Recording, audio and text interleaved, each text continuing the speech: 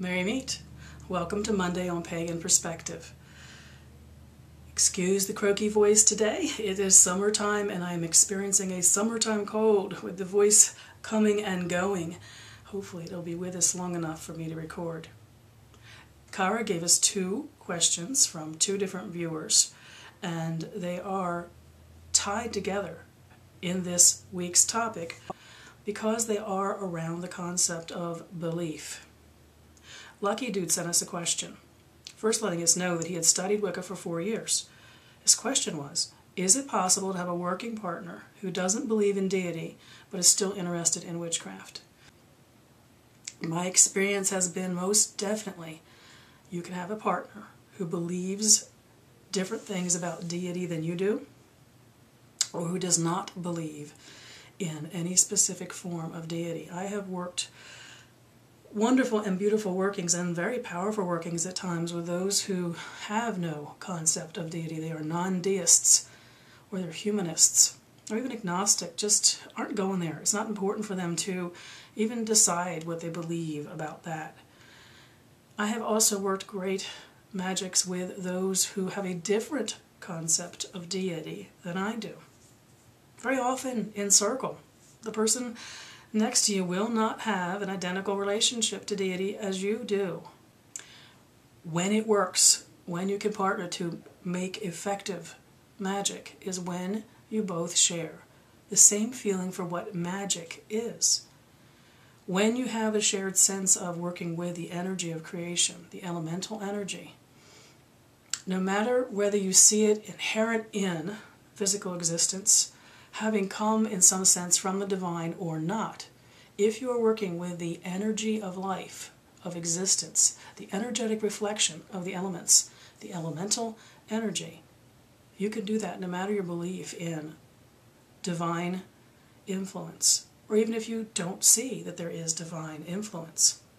I have had some amazing experiences with people who believe differently in deity than I, or who did not believe in a form of the divine in any way. They celebrated truly the power and the energy of the elements in this world.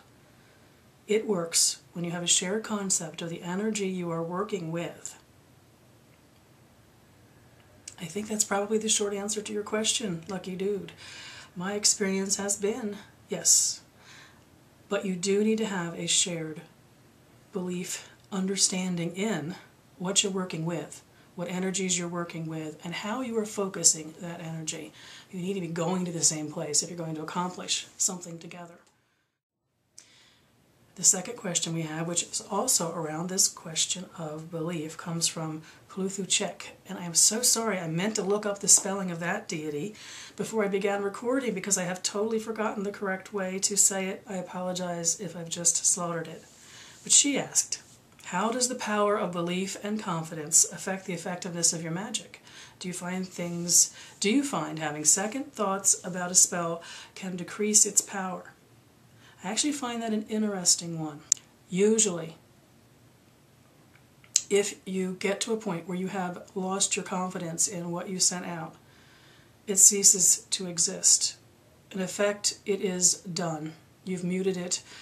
You've disabled it, more or less. But here's the interesting part about that. It is not because after you've done it, you have stopped believing. You've lost your sense of confidence. Because when you do it, it's done. You offer it up. It is gone. Whatever you have offered, whatever you have created, you put it into action and it becomes. You distance yourself from it if you are practicing in a traditional sense. So, on the one hand, you could say, you've offered it up. It's rolling. It's like a snowball rolling on its own to do what you've sent it to do. And then you have doubts. But it's already doing what you sent it to do. It's one of the reasons why we're so careful about how we do our spell work. You can't call it back. It's like, not, oops, redo please. It doesn't work that way. It's already been released into the energetic world and it is happening. There is no recall on your magic working. Not the way I practice it, at least. So, here's the interesting thing. The question is if you have second thoughts. So you've already done your working and it's off there doing whatever you sent it to do. And you have second thoughts. We could say, It's gone. It's doing it. Whatever you send it to do, it's doing. That's how permanent and definite an act of magic is. However, I would assume if you are having second thoughts, that already existed in your mind, it already existed in the heart of you, in the place of your will, which enables your magics to happen to begin with. If something doesn't feel right after the fact, it probably was that you didn't acknowledge that it didn't feel right to begin with. So there's a couple different ways of looking at this, which is it will become null and void, or worse than that, it will become something terribly not what you wanted it to be, because you actually were living with those doubts when you did your work. Or it is possible that you were honed in your intent and focused in your will, and you offered something up. And then you truly had a change of heart. And here's where the responsibility of working magic comes in. Too bad. Your change of heart will not affect what was sent out. The interesting thing to acknowledge when we have these feelings of, I'm just not so sure I did the right thing. The power of that learning is, if you were feeling that at the time you did it, you have no idea what you just sent out. You have no idea what you've manifested, because you were not truly connected to it when you worked your magic. The warning is,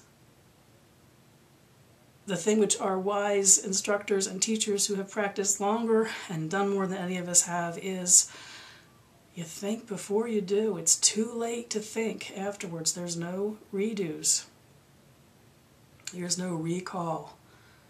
So this is an interesting question from you, because usually if one has second thoughts, you were actually living with those second thoughts when you began your magics. And if you did not, and you're having second thoughts later, which is probably the rarer of the instances, you already created, you already manifested your magic. It is already evolving to be what it will be. You are no longer involved with it at that point. The lesson here is the care we take to think things through before we work magic. Now, of course, this is all based on my understanding of magic and the way I work with it, which is the power of co-creation with the elemental energies and sending our work out. It then becomes a living entity of its own, going about the business that we sent it to do. We are, on this side, in the physical world we live in, living in accord with that, doing what we need to do to support that. Some of these magics can become null because we fail to follow through on what needed to be done on this side. So one has second thoughts, and therefore doesn't own up to the responsibilities of living in accord with the work you did. That nulls it. But we also might consider it may have been nulled to begin with, because second thoughts are usually something that indicates you weren't sure to begin with. Worse than that, your magic was done from a place of not knowing, and you have therefore created something you do not know, and then you've released it, and it will still become whatever it will become. Two very interesting questions around the subject of belief and how it affects the work that we do. I wish you mirth and reverence. Merry part.